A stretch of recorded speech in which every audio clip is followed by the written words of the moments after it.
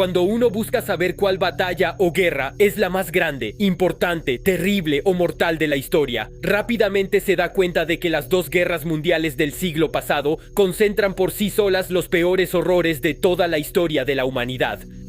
Por ejemplo, se puede mencionar la batalla de Verdún, que duró 10 meses y costó la vida a más de 300.000 hombres y dejó a otros 100.000 heridos, todo eso para un resultado estratégico casi nulo. También está la batalla de Stalingrado que, en 9 meses, causó 800.000 víctimas entre los soviéticos, civiles y militares, y 400.000 entre las fuerzas del eje. Este medio siglo de violencias extremas tendrá un impacto sin precedentes en las mentalidades de todo el mundo. El trauma se siente incluso en el arte, donde empiezan a surgir obras cada vez más inquietantes. Pero más allá de las batallas más horribles, ¿alguna vez te has preguntado cuál fue la batalla más chafa de la chingada? Bueno, obviamente, la batalla épica entre Jojo y Bebert, los dos pobres del barrio que intentaron pelearse. Abajo de tu casa, a las 2 de la mañana antes de quedarse dormidos, borrachos, ya casi dormidos en brazos el uno del otro, podría aspirar al título. Pero hoy les propongo descubrir el evento histórico que, según yo, merece el título de la batalla más patética de la historia. La vez que Australia entró en guerra contra los emus. Y la perdió.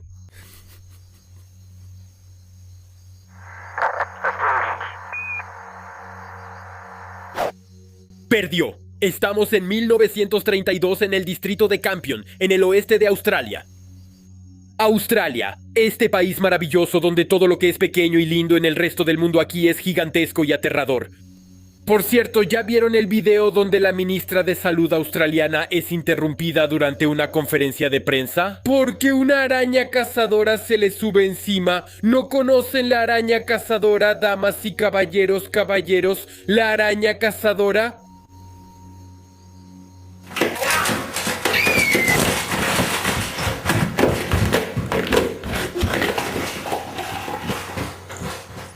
Es una criatura grande que no teje telarañas, sino que persigue a sus presas, de ahí su nombre, y tiene reflejos de Jedi, lo que la hace notoriamente difícil de atrapar.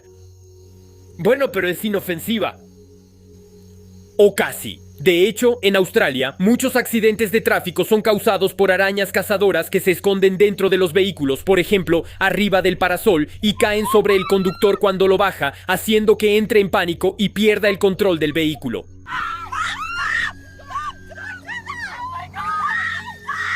De igual manera, ¿estás harto de que las palomas defequen en tu parabrisas? En Australia, la gente tiene que lidiar con palomas de 2 metros de altura. Son los emus, el segundo ave más grande del mundo, solo detrás del avestruz, que puede llegar a medir casi 3 metros. El emú, por su parte, mide casi 2 metros de altura, pesa unos 50 kilos y puede correr a 70 kilómetros por hora. Como decía, estamos en 1932 en el distrito de Campion, en el oeste de Australia.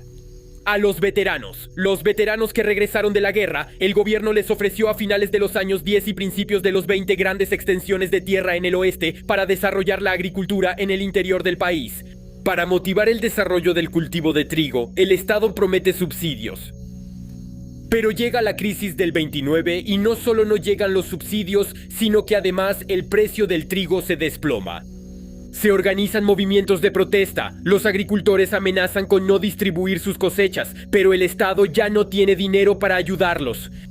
Incluso algunos independentistas empiezan a hacerse notar. En resumen, la situación no es nada buena. Y como los problemas nunca vienen solos, resulta que cada año en primavera, es decir, en septiembre porque estamos en el hemisferio sur, unos 20.000 emus migran hacia la costa. Ahora bien, los campos de trigo son como enormes bufés de comida ilimitada y las reservas de agua instaladas por todas partes para el riego funcionan como bares. Así que los 20.000 emus se convierten en una plaga de langostas, pero en versión muy enojada, y arrasan absolutamente todo a su paso. Incluso encuentran la manera de rozar las conejeras de los agricultores, liberando a los conejos que están ahí, sumando devastación a la devastación. Ahora bien, les recuerdo que nuestros valientes agricultores que son víctimas de esta plaga son veteranos de la Primera Guerra Mundial. Así que no van a quejarse con el ministro de Agricultura, quien repite una y otra vez que no puede hacer nada por ellos.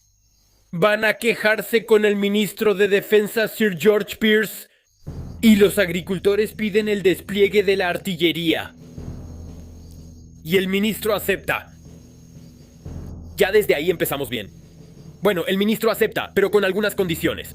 Solo los militares en servicio usarán las armas y los granjeros proporcionan comida, alojamiento y pagan las municiones. Para Pierce, eso servirá como entrenamiento para los militares y permitirá al gobierno quedar bien con los granjeros, lo cual, considerando la situación de descontento general, no puede hacer daño. En octubre comienza la intervención militar. El mayor Meredith de la 7ª Batería Pesada del Regimiento de Artillería llega con sus hombres, el sargento McMurtry y el artillero O'Halloran, algunas tropas y 2 ametralladoras Lewis. En resumen, los militares se posicionan, pero un periodo de lluvias dispersa a los emus y retrasa el inicio de la operación por varias semanas. Estamos a 2 de noviembre de 1932 en Campion. Se ha avistado un grupo de 50 emus. El mayor Meredith piensa que es un buen objetivo para practicar. Los artilleros se posicionan y cuando tienen a las aves a tiro, abren fuego. Pero el ruido de las detonaciones asusta a los animales. Y en lugar de huir en manada, estos se dispersan corriendo en todas direcciones. Los artilleros abrieron fuego teniendo a los emus al alcance, pero aún así a gran distancia no logran acertarles. Un segundo intento un poco más tarde les permitirá matar a unos cuantos. Depende de las fuentes, pero en general menos de una decena. 2 días después, el mayor Meredith y sus hombres se encuentran con un grupo mucho más grande de cerca de 1000 aves. Mientras los locales sirven de batidores, les tienden una emboscada. Esta vez esperan a que los animales estén realmente cerca de ellos antes de abrir fuego. Pero a pesar del diluvio de plomo que les disparan, solo logran matar a 12. El resto de la manada huye y los desafortunados artilleros no volverán a ver un emú en todo el día. En los días siguientes, Meredith y sus hombres se dirigen hacia el sur, donde se rumora que las aves están más acostumbradas al hombre y por lo tanto son menos tímidas. La realidad es que no es posible reunir a las aves en un mismo lugar como si fueran un rebaño de ganado. Invariablemente se dispersan. El mayor Meredith, que ya está harto, decide montar una de las ametralladoras en un camión y salir a cazarlas. El problema es que estamos en medio de la nada con un camión viejo de los años 30. Meredith y sus hombres lanzan el camión a toda velocidad persiguiendo a los emus, pero el terreno desigual hace que el camión rebote, lo que vuelve casi imposible que el artillero apunte bien. Además, las aves, como les recuerdo, corren muy rápido, dejan atrás rápidamente a sus perseguidores de metal, quienes terminarán esta épica persecución atorados en una cerca. Una semana después del inicio de la campaña, se dispararon 2500 cartuchos y se abatieron 50 aves. El mayor se tomará la molestia de precisar en su informe que ninguno de sus hombres resultó herido durante las operaciones. Bueno, dicho esto, a ese tipo le van a jalar las orejas. Ante semejante fracaso, el gobierno ordena el cese al fuego y la retirada de las tropas. Pero no son 50 individuos menos los que van a enfriar el entusiasmo del resto de los pájaros que se comen las cosechas. Peor aún, la sequía que comienza hace que los animales sean lo suficientemente audaces como para aventurarse en los terrenos cercados de las granjas. Por lo tanto, los agricultores piden el regreso del ejército, lo cual el primer ministro aprueba totalmente. El ministro de Defensa sigue su ejemplo, apoyando la necesidad de esta operación ante el Senado, y envía a Meredith y a sus hombres de regreso al terreno el 12 de noviembre. Entre el 13 de noviembre y el 10 de diciembre, los artilleros se esfuerzan por abatir a las aves invasoras. Al final del periodo, y después de disparar 10.000 cartuchos, Meredith anunciará un total de 986 aves abatidas. Para los militares resulta evidente que muchas de las aves huyen sin dificultad y sin mostrar señales de heridas. De hecho, sí han recibido disparos. El ejército sobreestimó la estupidez de los emus y subestimó su resistencia a las balas. De hecho, Meredith diría sobre estos animales: si tuviera una división militar tan resistente a las balas como estas aves, podría enfrentarme a cualquier ejército del mundo. Pueden enfrentarse a ametralladoras con la misma invulnerabilidad que los tanques. Parecen los zulúes sudafricanos que ni siquiera las balas expansivas pueden detener. Cabe señalar que, además del millar de individuos abatidos, se estima que 2.500 sucumbieron a sus heridas después de huir. Pero eso sigue sin ser ni una quinta parte de las aves dañinas abatidas. La historia de la guerra de los emus empieza a hacerse notar y en Inglaterra se alzan voces en contra de esta exterminación de una especie rara y endémica. En Australia, el ornitólogo Hubert Whittle califica la operación como una destrucción masiva. Dominic Serventi, otro ornitólogo australiano, dirá por su parte: el sueño de estos artilleros de disparar a quemarropa sobre una masa compacta de emus se desvaneció rápidamente. Parece evidente que el mando emu ordenó la implementación de tácticas propias de la guerrilla y su ejército se dispersó rápidamente en innumerables pequeñas unidades que hicieron ineficaz el uso del material militar. Las fuerzas armadas desplegadas en el terreno, desanimadas, se retiraron del campo de batalla en menos de un mes. Sí, efectivamente es burlón porque más que la operación en sí misma, es su rotundo fracaso lo que va a dar de qué hablar. Hoy en día, la guerra de los emus se ha convertido en un meme en internet con todas las reinterpretaciones que la acompañan. Pero, a pesar de este fiasco, los granjeros locales volverán a pedir la ayuda del ejército en 1934, en 1943 y en 1948. De hecho, lejos de ser una especie en peligro, los emus tienden a proliferar cuando encuentran su alimento en los campos de cultivo. Sin embargo, el gobierno rechazará enviar fuerzas armadas.